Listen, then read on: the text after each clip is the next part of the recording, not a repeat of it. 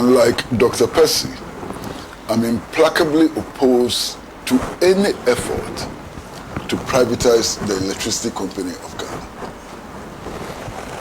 As a matter of fact, I believe firmly that any effort to privatize the electricity company of Ghana is lazy, is senseless, and would not lead to the resolution of the concrete problems that confront us in the energy sector. Now, why do I say this? I say this because of our history. Our history is most important. Okay. Now, I recall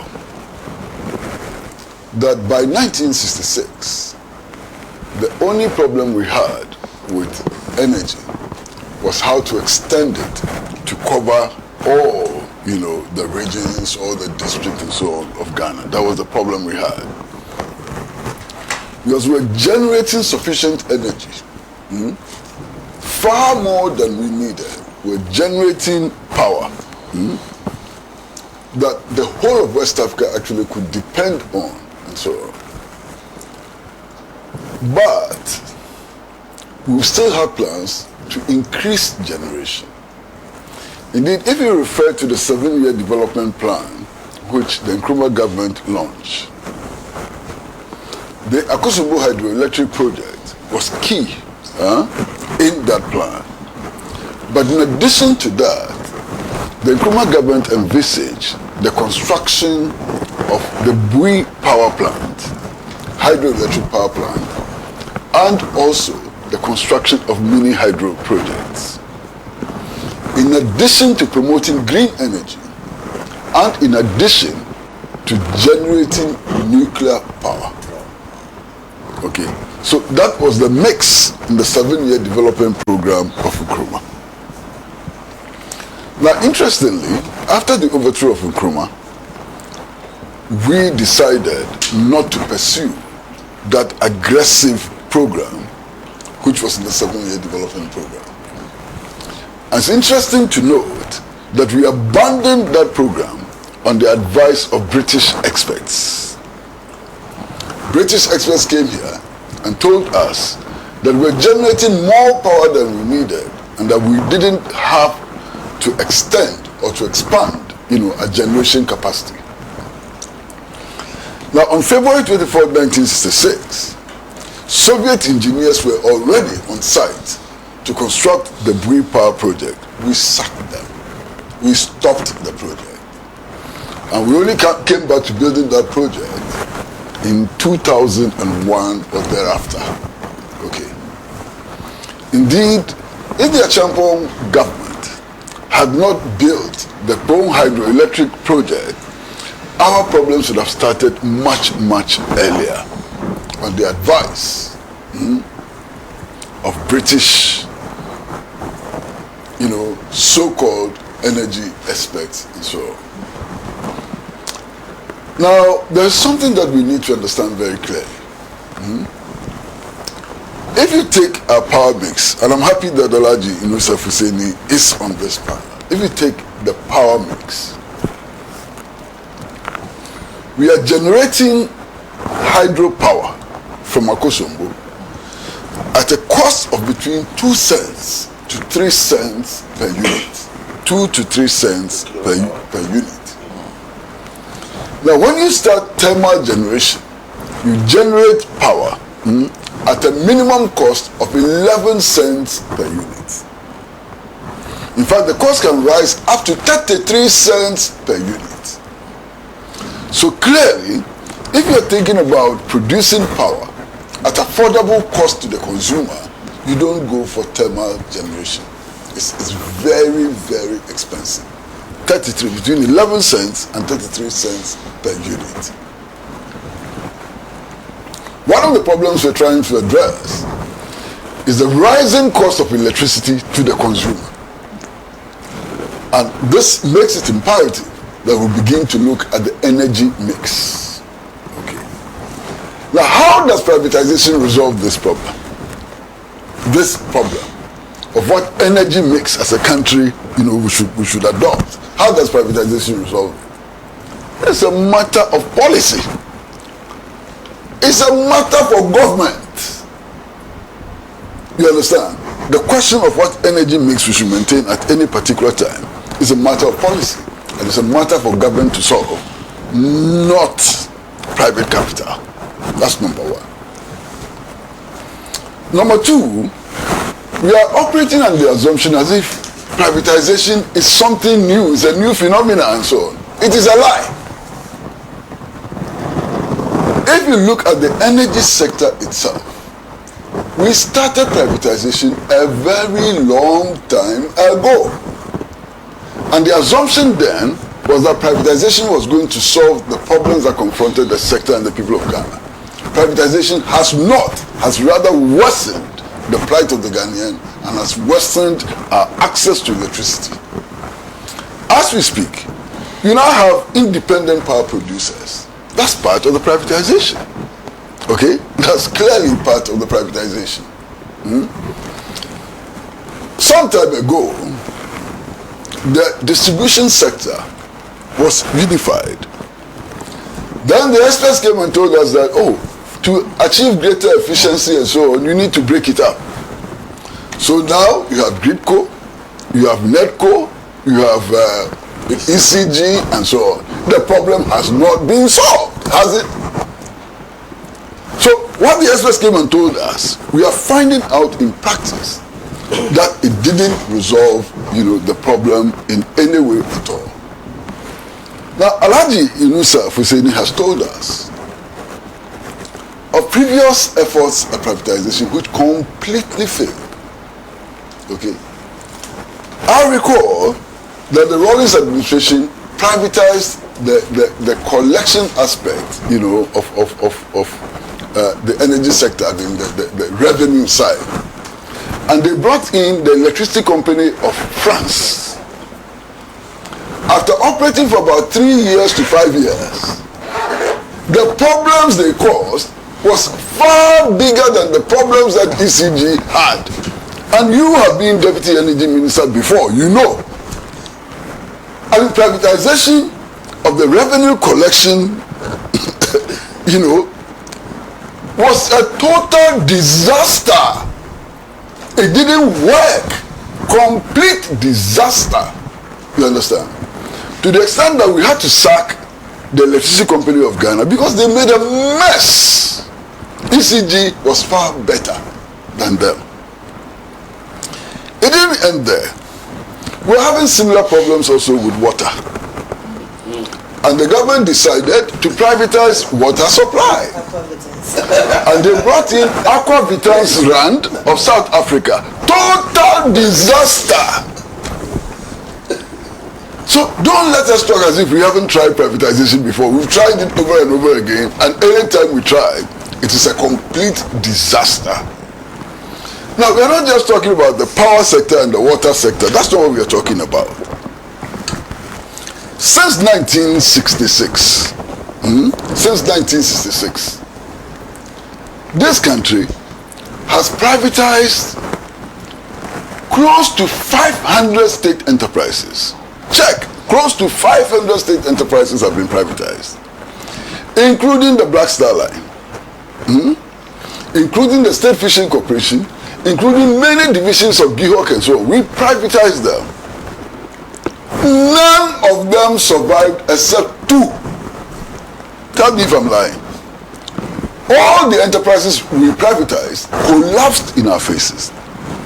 The only 2 surviving enterprises we privatized are Movenpick Ambassador Hotel and Golden Tulip, which is now Lancaster. Coca-Cola from GIHOC bottling. No, Coca-Cola was not privatized. It's always been a private company from the very beginning. Always been a private company. As GIHOC bottling. Then may you continue. Coca-Cola has never been a state company. Okay. But, so this is the experience we have. Privatization leads to collapse. So this false argument that privatization brings greater efficiency and so on, where is the evidence? Everything you have privatized has collapsed under your nose. That is in Ghana. Well, I like to confine myself now to Ghana. But if you want us to expand, we can expand. Yes. But I'm saying everything you have privatized has collapsed. Okay. Now, this whole talk about private capital being more efficient and so on. What is the motive force of private capital? Maximization of monetary profit, not social profit. Maximization of monetary profit. Okay? Not social profit. Now, what does that mean? So, they bring in $10, 10 cedis, and then they take away 20. How does that benefit us? Show me how that benefits us. Now, there's another dimension which is important. I think that issue was raised by Solomon Owusu, and I think that we should not ignore it. Today, if we decide to privatize the electricity company of Ghana, who is buying it? Who is buying it? We have already driven ourselves into a situation where the economy is monopolized and completely dominated by hostile foreign interests. You understand? If you take our mobile telephony sector, for example, what is the benefit we are getting from it? And that has been described as a cash cow. Take how much money a company like MTN, for example, is making. How much of it stays in the Ghanaian economy? And then you would decide that, oh, not just, mobile telephony and so on, we are also going to add energy. How foolish can you be?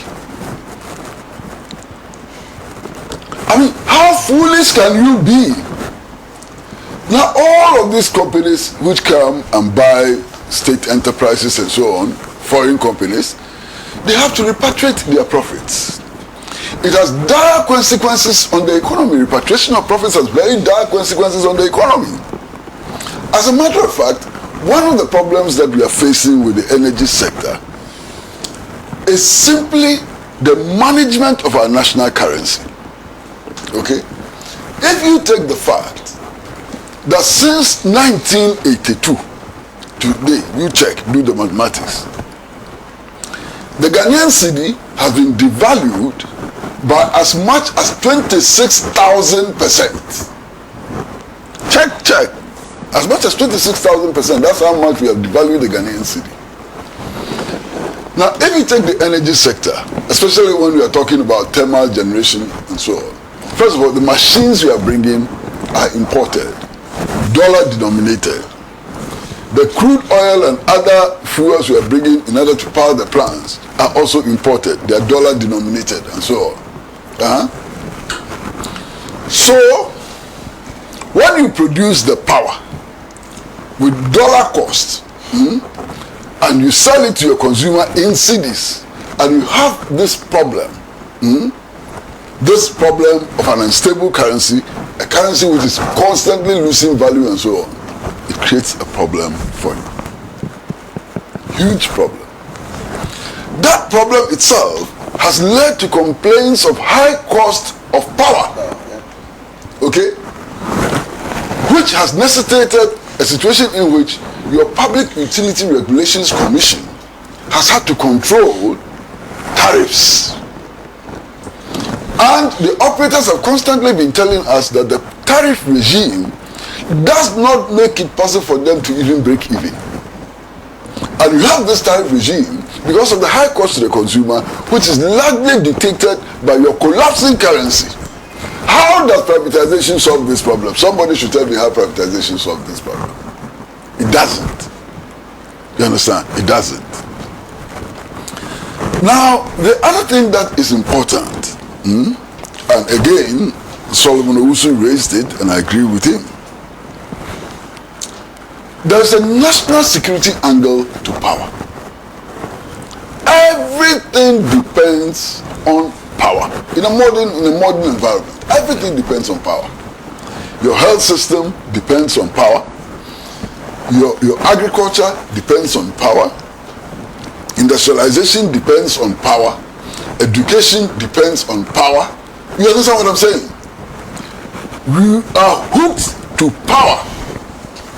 So if you decide that foreigners should come and take over, foreign hostile interests, not all foreign interests are hostile, but foreign hostile interests should come and take over your power distribution, you are surrendering a very important aspect of your national life, or indeed the most important aspects of your national life, to hostile interests.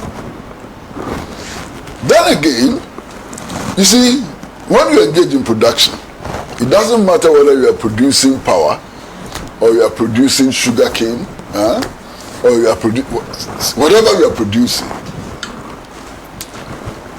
You can generate what we call monetary profit. You can accumulate monetary profit, and you can also accumulate social profit.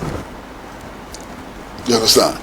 Social profit is measured usually in terms of the well-being of your people.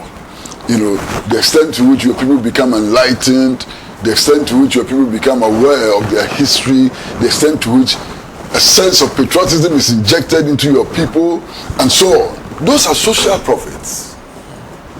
Now, what measurement are we using today in all this talk about privatization? It seems to me that the only measurement we are using is the accumulation of monetary profit. You understand? In any case, if you use monetary profit as the yardstick, it will be generated, but under private control, you don't benefit from the generation of monetary profit. Indeed, some have argued that you can derive benefits from the accumulation of monetary profit by private capital by taxation, through taxation. You can tax them, take some money, and use it for social development and so on.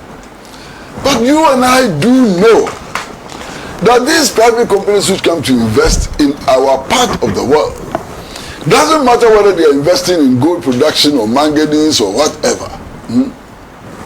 One of the conditions for bringing the investments into our country is tax holidays. You know that. And the record is there. Tax holidays and so on.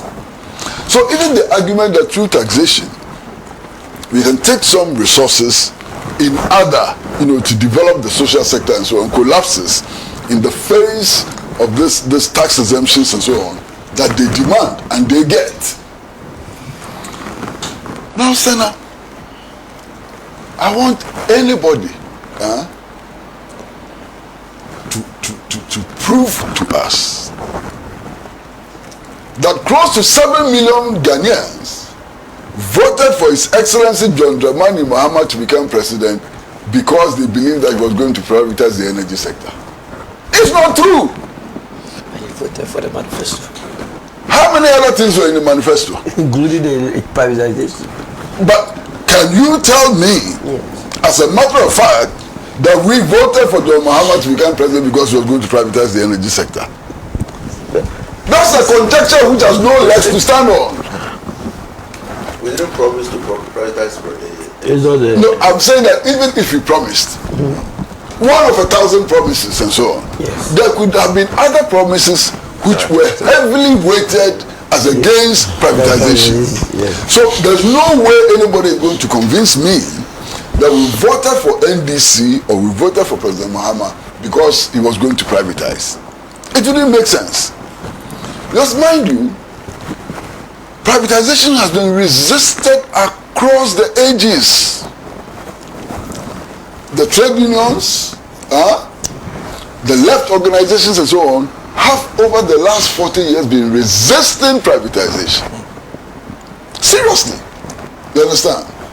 Now I recall in 1982, I think, 82, 83, when we embarked on this reckless and senseless path of privatization. Quite apart from the fact that we privatized over 400 state enterprises and so on, we did other foolish things. In order to introduce the neoliberal order and to entrench it, One of the things that happened in 1 year, 12 months, and again, I'm very happy that Alhaji Idris Husseini is here. 300,000 Ghanaian workers lost their jobs. Retrenchment of labor. 300,000 Ghanaian workers lost their jobs. Take that cost and weigh it against the so-called gains that we are going to get from privatization and so on. Reckless privatization led to 300,000 workers losing their jobs. Now, since the new government indicated that it was likely to privatize, in fact, the phrase they used was that privatization is on the table. The resistance has started building up. The Public Utility Workers Union has issued one of the strongest statements that I've ever seen, indicating that they will resist privatization. And they give very good reasons why privatization will be resisted. One, you are talking about problems of corruption and inefficiency in the electricity company of Ghana. I'm not going to argue with that. Let's say that electricity company of Ghana is inefficient. There's corruption in electricity company of Ghana and so on. My brother, if we go to an election and we mandate a government to come and manage not just the electricity sector, but all the different sectors, and the government raises his hand and says, hey, as for electricity company of Ghana, I can't deal with the problems there, so let private people come and deal with it. What kind of government is that? That government is not worth our mandate. You understand? If you come and tell us that because there are so many problems in the electricity company of Ghana, you can't handle them, so we are going to bring private people to come and handle them. Why did you take our mandate in the first place? And if you are so incompetent, so useless, to the extent that you cannot deal with two problems of electricity company of Ghana, why should we give the whole country to you? So that argument must be dropped as quickly as possible. It's a bad argument. It's an argument which says that we have elected a government which is incapable of dealing with the very problems for which we elected it. So they should drop it. I've heard a lot of silly slogans over the years. Very silly slogans over the years. Some of the slogans have said, for example, that, private capital is the engine of growth. You've heard it. Private sector is the engine of growth. Private sector or private capital is the engine of growth. What does that mean? Government has no business doing business and so on. All those silly slogans, they've been bandied around and so on. My brother, watch. Anytime we elect a new government, those so-called private sector operators, they come running like Usain Bolt into government. They abandon the private sector. True or false? Yes, sir. And I'll give you a long history of the multitudes of so-called experts who ran away from the private sector, which is supposed to be engine of growth, which is supposed to be the basis of everything and so on, running to the government sector. If they are truly the engine of growth, why don't they remain in the private sector? Why do they run into the public sector? Let's think. My friend, let's think. Let's think small. Let's ask basic questions. Okay? Now, one of the concerns of the Public Utility Workers Union is this issue of retrenchment of labor. Because every privatization has come along with retrenchment of labor. And they've raised it very seriously. Okay. I believe very strongly that, this question of retrenchment of labor, it happens largely because we fail to identify the sources, the real sources of the problems which confront us. In any case, the payroll of public institutions being bloated and so on, how does it come about? Tell me, how does it come about? Is this same irresponsible governments who are not able to create jobs and so on, who decide to pack the state enterprises with their cronies and so on in order to win votes for the next election? If I lie, tell me. As we speak, and if I'm lying, tell me. The NPP administration, in some state sectors, one or two, have employed so many people that they don't even have desks to sit on. Huh? Is that because it's a state enterprise? Is that because it's a state concern? That is not the fault of running a state enterprise. That arises out of electing reckless buccaneers into government. People who are incapable of thinking, who stopped thinking many years ago. If you elect them into government, that is how things happen. You understand? They will overload your enterprises, they will overload public institutions, knowing fully well that the only objective there is to win the next election, not to improve those institutions as well. How does that problem get cured by privatization? Show me how that problem gets cured by privatization. How does that get cured by privatization? The private person comes in, you will not allow those people to be put there. The bloating of that sector. If the private man is there, you will not allow that sector to be bloated with party functionaries. So in effect, you are giving meaning to why there has to be privatization. No, I'm not. That is what this position is. I'm saying that problem can be cured. Yes. Not by recourse to the private sector. Yes. But to the prudent management of state institutions, which can be done by those we elect. Absolutely. That's what I'm saying. Yes. You understand? Yes. There's a problem which can be cured by primary school children. Just small thinking, you will cure this problem. You don't need to go and bring Bill Gates and so on to come and cure this problem for you. All of us sitting around this table, don't we have a solution to that problem? Do you need to go and bring electricity company of France to come and deal with that problem? So the point I'm making is that that's a problem which is created by the bald heads, that we elect into government.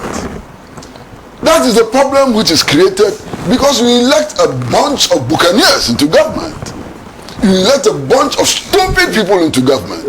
You elect people into government who are not looking into the future, who do not concern about the viability of state enterprises and so on. You elect people into government whose only concern is how to win the next election, so that they can keep the privileges that winning elections give them. That's the problem. And that problem is not curable by the private sector. That's a problem you don't cure by the private sector. Okay? Now, my sister and my brothers. I wish I could say my brothers and sisters. But my sister and my brothers. This whole privatization of ECG, what is it intended to cure? One of the major problems we have in the electricity subsector has to do with what is called technical losses.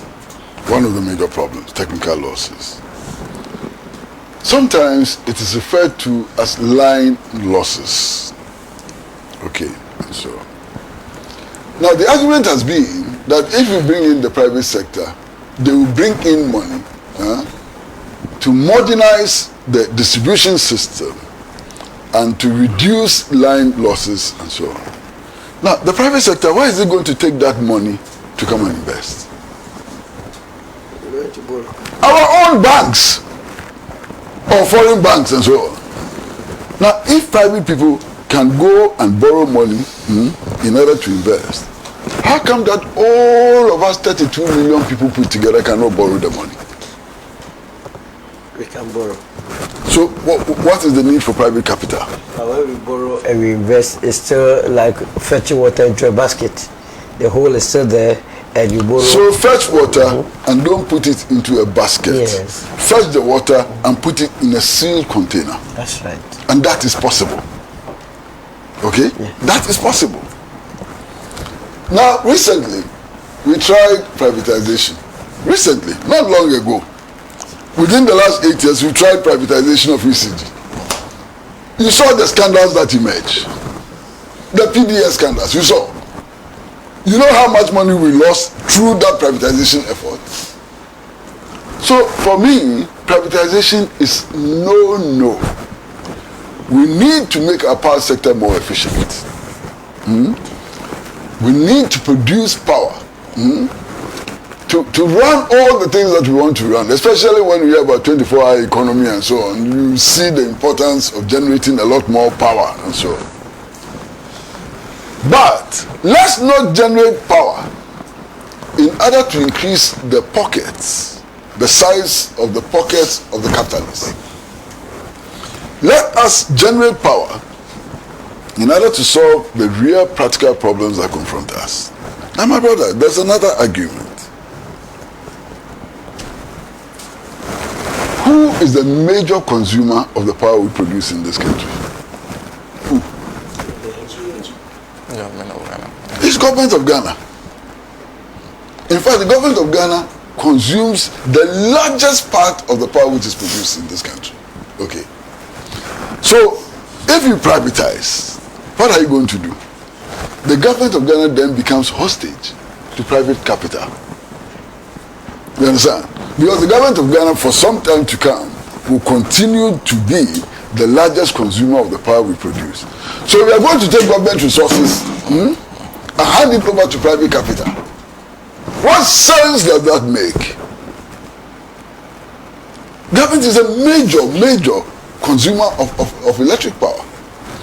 In any case, ECG will tell you that one of their biggest problems has to do with the supply of power to state institutions like the ministries, departments, agencies, hospitals, schools, and so on, which is not paid for. So if government were paying its bills, we would not have the crisis that we have now. So are you telling me that when it is state-run, you won't pay your bills? But when it is run by private capital, you pay your bills? Is that how sensible we are? Because if you hand it over to private capital, and you don't pay your bills, as you are not paying your bills now, they will have the same crisis. They will cut you off. They will disconnect you. Fantastic. Government can disconnect. Recently, we had a situation in which the Parliament of Ghana was so heavily indebted. Okay? We had a situation in which the major teaching hospital in this country was so heavily indebted. So you said that the sensible thing that will happen is that if they don't pay, they'll be disconnected. So your parliament will be disabled, your hospitals will be disabled, your schools will be disabled. They have to be disabled. That's why they were migrated. Because the point is that me as a private person, it hasn't happened. As a private person, I pay my electricity bill every month. In fact, the ECG owes me prepaid. I pay before they supply me. Why must government use power without not paying? And which private entity would allow that to happen? I'm not saying that government should use power without paying. Yes. I'm saying that for some reason, our government is unable to pay. And if you want us to go into that, we will go into that. But for some reason, our government is unable to pay. If you have the private sector, and our government is still unable to pay, all your vital infrastructure will be shut down. Yes. Now let me tell you why our government is not able to pay its bills. You see, right now, as we sit in the studio, the evidence given by government institutions themselves, including the Ministry of Finance, is that we need 128% of total national revenue for 3 line items: debt servicing, debt repayment, and public sector wages and salaries. This is our situation. The country is bankrupt. That that is why government is not able to pay its bills. Yes. Okay? I agree. Okay. So it's not just that government just feels that it cannot pay the bills, should not pay the bills and so on and so on. It is not there. The there is not there to pay. So we need to look at the energy sector, indeed all the sectors, within the framework of how Ghana ought to move out of bankruptcy. The real question is, how do we move Ghana out of bankruptcy? The real question is not whether we are paying our bills or we are not paying our bills. We are bankrupt. And that bankruptcy affects everything. Yes. Unless you are arguing that we should give government to the private sector. No.